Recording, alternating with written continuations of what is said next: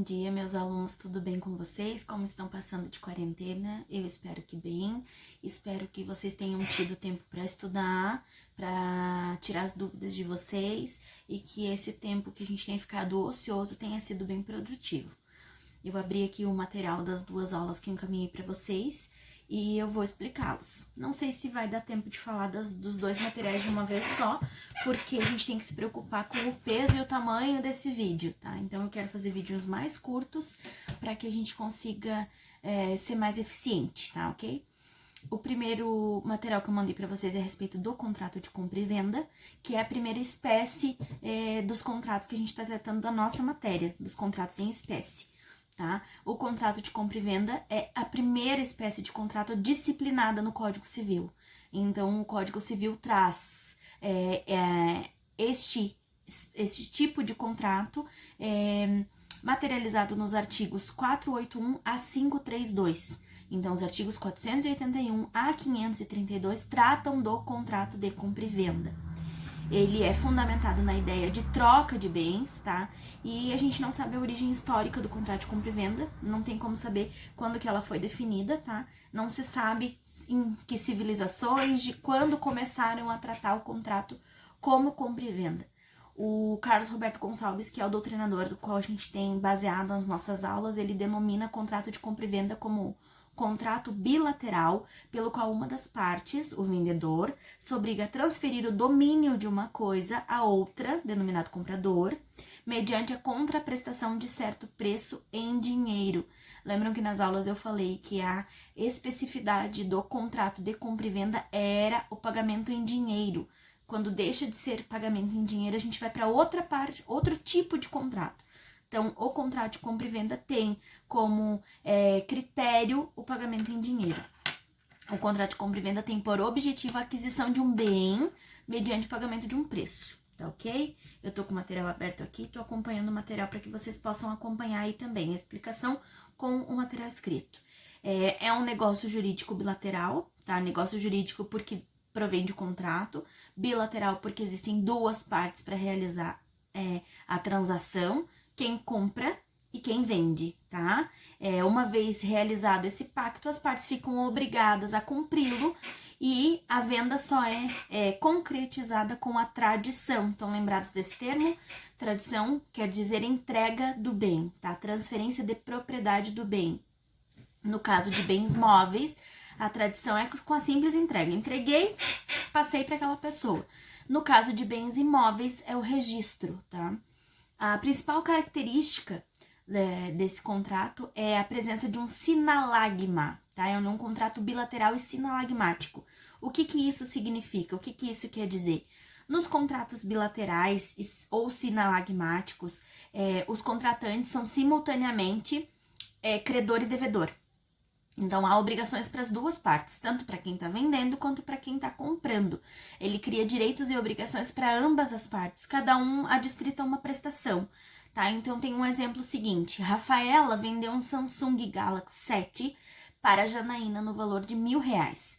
Da perspectiva de Rafaela, a sinalagma, tá? O sinalagma será o valor recebido. Da perspectiva de Janaína, será o próprio celular. Então, percebam que são contraprestações mútuas. Uma tá vendendo, a outra tá comprando. Uma tá pagando e a outra tá recebendo. Há sempre mutuamente responsabilidade e obrigação. Então, as duas partes têm, além de eu estar comprando um bem, eu tenho que pagar. E além de eu estar vendendo um bem, eu tenho que entregar o bem, tá? Os elementos essenciais do contrato de compra e venda, quais são? A gente tem ali no artigo 482 do Código Civil que a compra e venda pura considera-se obrigatória e perfeita desde que as partes acordarem no preço e no objeto. Gente, lembrem sempre do que vem sendo falado nas aulas, que o princípio do contrato é o acordo de vontade das partes, tá? Além da autonomia das partes de contratar, o consensualismo, o princípio do consensualismo, as partes acordam como querem fazer o contrato, como que vai ser a entrega, como que esse bem vai ser parcelado o valor, as partes, né, por terem aí uma legitimidade para tanto, elas podem acordar da melhor forma como que vai se dar a entrega, o preço e as condições do contrato, tá? Então, a gente tem 3 elementos essenciais do contrato de compra e venda, que é o consentimento, a coisa e o preço. Então, assim, as negociações preliminares, elas vão tratar do consentimento, tá? A respeito dos detalhes, o que se compra, por qual preço, qual tipo de pagamento, onde vai ser a entrega. Então, isso daí é isso que eu tô falando, tá? Vem lá do princípio do consensualismo. O consentimento é, todo mundo vai concordar, tá? Não vai ter nenhum problema, não vai ter nenhuma dificuldade. Deixando de lado a fase de negociação, aquela que você oferece, você pechincha, você negocia, isso tudo faz parte das negociações preliminares. Mas o ponto disso é que tem que entrar num consenso, as partes têm que ter um consenso, tá? Quanto à forma, é importante observar que o artigo 108 do Código Civil traz, isso é um parênteses no que a gente tá falando, quando se trata de bem imóvel, tá? Ele traz que, não dispondo a lei em contrário, a escritura pública é essencial à validade dos negócios jurídicos que visem a constituição, transferência, modificação ou renúncia de direitos reais sobre bens de valor superior a 30 vezes o salário mínimo vigente no país. Então, lembrem das aulas, do que eu falei em sala de aula. Para quem não tava, para quem não lembra, eu falei para vocês a questão da compra e venda de bens imóveis, que ela tem que ser precedida de uma escritura pública de compra e venda. Você vai fazer o contrato particular com a pessoa da qual você está comprando para adquirir aquele bem, e ali você vai fazer lei das cláusulas do contrato. Como que eu tenho que pagar, qual que é o prazo de entrega, de quem que é a responsabilidade de pagamento de PTU, todas essas questões negociais. Ali, aquele contrato, ele já vem com o nome, contrato particular de compra e venda. Para eu poder materializar isso numa transferência, eu vou transformar esse contrato particular de compra e venda numa escritura pública de compra e venda. O que é isso? Eu vou ir junto com o vendedor, com o comprador, não interessa se eu sou, qual parte que eu estou, vou levá-lo ao tabelionato e a gente vai formalizar essa compra e venda por uma escritura pública, um documento com fé pública, feito pelo tabelião, com assinatura das partes, e ali vai estar especificado tudo quanto que foi pago,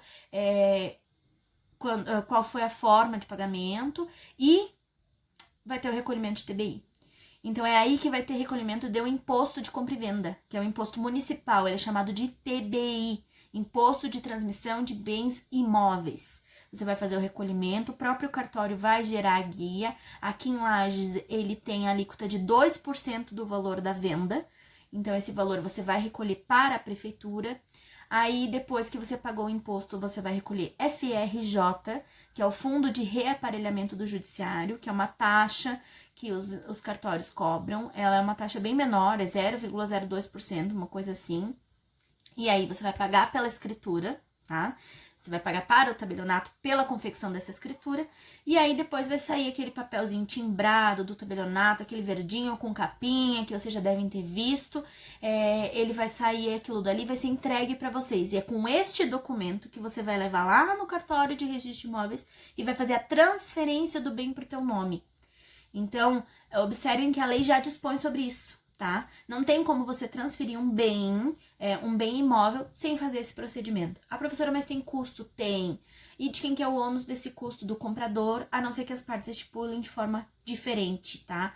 Então, vai ter que fazer isso? Vai. Porque não adianta você fazer o contrato particular de compra e venda e daí depois não conseguir fazer a transferência do bem pro teu nome. Ah, mas eu posso fazer isso posteriormente? Pode, mas é interessante que a escritura de compra e venda seja feita em seguida da negociação. Aí, se você vai levar essa escritura para a averbação lá no cartório de registro de imóveis 30 dias, 6 meses, 1 ano depois, não tem problema, mas ali você tem um documento oficial dizendo que aquele bem é seu, tanto posse quanto propriedade. A averbação no cartório, lá na matrícula do imóvel, ela vai ser só uma questão burocrática para ser realizada depois. Que isso daí depois também eu vou explicar para vocês como que o cartório de registro de imóveis faz e cobra, tá? Então, assim, quanto à coisa, vamos para o segundo elemento essencial do contrato de compra e venda. Quanto à coisa, ela deve obedecer requisitos de validade do negócio jurídico. Vamos voltar lá na nossa revisão da matéria, tá? Que a gente falou. Tem que ser um bem lícito, possível, determinado ou determinável. Essa questão vai valer para todos os contratos, para todas as espécies de contrato. Por quê? Porque ele é um requisito geral de validade do negócio jurídico. Então, se isso daqui não tiver correto, se tiver contra a determinação da lei, o contrato é nulo ou anulável. Lembram daquela escadinha que eu ensinei para vocês, do plano de existência, plano de validade? Então, não podemos ultrapassar essa parte se a gente não tiver adequado ao que a lei determina. Além disso, a possibilidade de contrato de compra e venda de coisas futuras a serem firmados, tá? Ainda que o bem não exista no momento da celebração do contrato, ele deverá ser determinável no momento futuro, tá? Quando só, então, o contrato vai produzir os efeitos. Lembra que a gente fala do plano de eficácia futuro? Então, assim, somente com a realização dessa coisa num tempo à frente é que a gente vai poder determinar o bem. E um exemplo disso é o contrato de compra e venda de imóvel na planta, tá? Você compra um desenho, tu vai comprar uma área, uma suposição de um imóvel, mas ali tá as especificações. O apartamento vai ter 2 quartos, um banheiro, sala e cozinha, vai obedecer tantos metros quadrados, você vai ter uma vaga de garagem. Aí você não tá vendo ele materializado, você não tem ele materializado, mas você sabe como que ele vai ser. E aí você só vai aceitar o bem lá na frente se ele estiver obedecendo essas especificações quando do contrato. O artigo 484 determina que no caso de amostras, protótipos ou modelos, está implícito, tá? Que o vendedor assegura que o produto final virá com as qualidades a ele correspondentes. Então, se houver diferença do que foi acordado e o que foi entregue, tá? Prevalecerá o protótipo, aquilo que foi oferecido, pois foi por ele que o comprador definiu a vontade. Então, se houver alguma diferença do que você contratou para o que você recebeu, vai valer aquilo que você contratou. Porque você só contratou com base naquilo dali, naquela imagem, naquela ideia, tá? Naquele desejo, você queria comprar aquilo, não o que foi entregue. Isso é questão para ser discutido num processo judicial, tá? E o preço, por fim, que é o último elemento essencial do contrato, ele está diretamente regulado pelo Código no artigo 485 a 489, e ele, em regra, deve ser estipulado pelas partes contratantes, em observância e equivalência das prestações, né? Você não pode vender uma coisa por um valor acima demais do mercado, nem abaixo do mercado, quanto de fato vale o produto, quanto está se ofertando por ele. Pode negociar? Pode. Pode ter um desconto? Pode, mas não pode ser uma coisa fora da realidade, tá? É possível que as partes, né, detendo autonomia que lhes cabe, que é um dos princípios específicos dos contratos, da teoria geral dos contratos, acordem que um terceiro vai determinar o valor a ser pago, vai ser avaliado por outra pessoa, né? Ou ainda que esse valor seja proveniente de algum fator externo, por exemplo, taxa de mercado, né, avaliação, por exemplo, a FIP. A FIP é um fator externo, tá? É uma tabela que determina quanto vale cada bem. Então, você, normalmente, quando vai vender um veículo, você vai obedecer o que vem na FIP. Ah, professora, mas eles dizem que vão pagar 5% abaixo da FIP. Aí é questão de negociação. Se você aceitar, ok. Mas aí, se eles disserem, eu vou pagar pelo teu carro 50% a menos da FIP. Opa, tem alguma coisa que tá errada aí, né? O preço daí, ele tá muito aquém daquilo que você queria. Vou pagar 10% a mais da FIP porque o carro tá bem conservado, tá certo? Vou pagar, eu quero vender o meu carro por 50% a mais da FIP. Tu tá tentando fazer um contrato com o valor acima do permitido pela lei, tá? Então, isso daí também provém da negociação das partes, tá? E é legalmente vedada a hipótese de fixação de preço por apenas uma das partes, tá? No intuito de evitar abusos ilícitos. Então, por que a gente fala sempre da negociação do consentimento? Pode ver que ele está diretamente ligado à coisa e está diretamente ligado ao preço. As partes têm que negociar, elas têm que conversar. Eu não posso colocar um valor e eu determino o valor. Compra quem quer, né? Teoricamente, se a gente for analisar, nas lojas é assim, né? O valor tá lá exposto pela loja e se a gente quiser comprar aquele valor não tem negociação.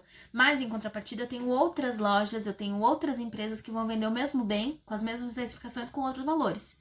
Então, seguindo esse raciocínio, tá? É vedado pela lei. E agora a gente vai para as despesas do contrato de compra e venda, tá? O contrato de compra e venda importa a transferência de propriedade quando há a entrega da coisa, em questões de bens móveis, e o registro imobiliário no caso de bens imóveis. Então, essas questões de tradição, de transferência, podem ter custos. E de que forma que esses custos devem ser suportados? A lei pensou nisso também, tá? O nosso código ele é muito amplo na questão dos contratos, ele traz tudo o que a gente precisa ali bem especificado. Depois deem uma lida nos artigos que a gente tá passando aqui, porque vocês vão ver que ele tá bem explícito ali. O artigo 490, ele diz que as despesas relativas à escritura e ao registro de bens imóveis são do comprador. Já as de tradição de bens móveis devem ser pagas pelo vendedor. Essa regra pode ser modificada conforme o desejo das partes, tá? Então, assim, comprei um bem imóvel, comprei um terreno. Quem que vai pagar pela escritura e pelo registro do bem? Eu que estou comprando. Comprei um veículo, tá? Quem que vai pagar pela transferência do registro do carro lá no Detran? Teoricamente, vai ser o vendedor. Mas a gente sabe que na nossa rotina do dia a dia nem sempre é assim que funciona. Muitas das vezes, essas despesas são o próprio comprador que paga. Então, por que a lei diz que pode ser modificada por desejo das partes? Se as partes concordarem que, não, eu vou pagar o preço que você está me oferecendo, mas você tem que me dar a transferência, que é o que a gente costuma falar. Eu vou pagar R$1.000 que você tá me pedindo a mais no terreno, mas você tem que dividir comigo as despesas de imposto de transferência do ITBI. Então, as partes podem negociar quanto a essa questão. E agora a gente vai falar da responsabilidade civil pelos riscos da coisa. Então, a gente tem que estar ciente que quando você faz um contrato, você pode ser responsabilizado pelo que possa acontecer com o teu bem, tá? Então, vamos lá. Caso o objeto do compra e venda pereça por alguma situação, por um caso fortuito ou por força maior, antes do registro, antes da entrega do bem, né? Quem que vai ficar com prejuízo? Se a gente lembrar que a transferência de propriedade só se efetiva com a tradição, com a entrega ou com o registro, a resposta é lógica, que o prejuízo deve ser suportado por quem está vendendo, tá? Que é o dono do bem antigo. Então, por exemplo, se eu tenho um veículo para entregar e acontece alguma coisa com esse veículo antes de eu entregar, a responsabilidade é minha, que estou vendendo. A mesma coisa acontece com imóveis, tá? Mas o artigo 492 do Código Civil diz que até o momento da tradição, os riscos da coisa correm por conta de quem está vendendo e os do preço por conta do comprador. Então, vamos lá. Vamos imaginar a seguinte situação. Reginaldo está interessado em comprar 200 cabeças de gado de Leopoldina, tá? Assim, pede a ele que leve 300 animais a um determinado local, para que a partir dali sejam acolhidos, né, escolhidos, e os que ele vai escolher qual que ele vai comprar e vai levar para a fazenda dele. Ok. Porém, acontece um desmoronamento de terra e 50 cabeças morrem. Quem que vai arcar com esse prejuízo? Segundo o artigo 492, tá? Parágrafo 1º, o comprador será responsável pelas perdas e danos, pois no momento do acidente os objetos não estavam mais só por posse e guarda de quem tá vendendo. Eles estavam à disposição do comprador. Então, entendam, ele pediu para que os bens, esse gado, essas cabeças de gado, esses bens semoventes, saíssem de onde eles estavam, na fazenda da Leopoldina, e fossem até um determinado lugar para que ele pudesse escolher.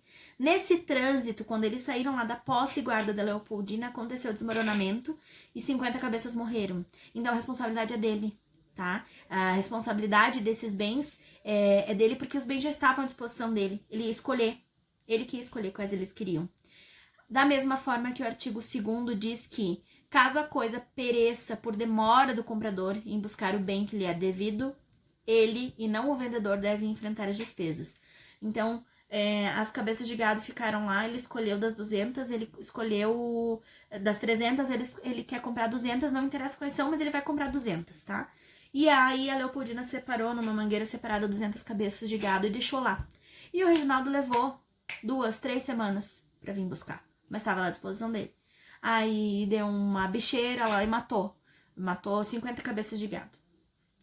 O ônus disso vai ser suportado pelo Reginaldo, tá? Porque ele demorou para ir buscar. Os bens já estavam à disposição dele. E por fim, a gente tem que mencionar a hipótese de perecimento da coisa entregue fora do local onde o negócio deve ser realizado. Isso está previsto no artigo 493.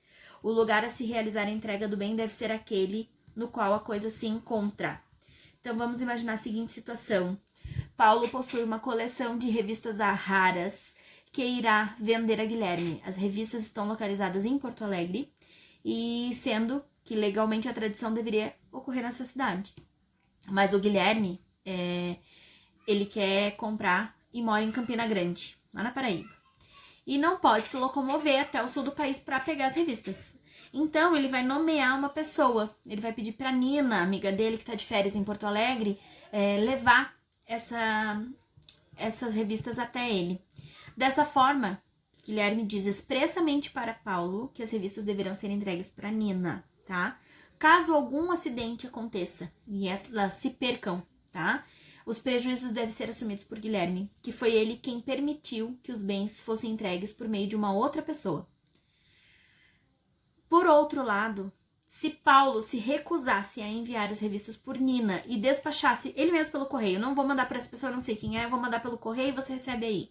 Achando, por exemplo, que ele se eximia a partir do momento que ele botasse no correio, ele se eximia da responsabilidade. Lê do engano, tá? Qualquer desvio nessa entrega seria de responsabilidade dele, porque ele assumiu o ônus de entregar fora do local determinado sem concordância do comprador.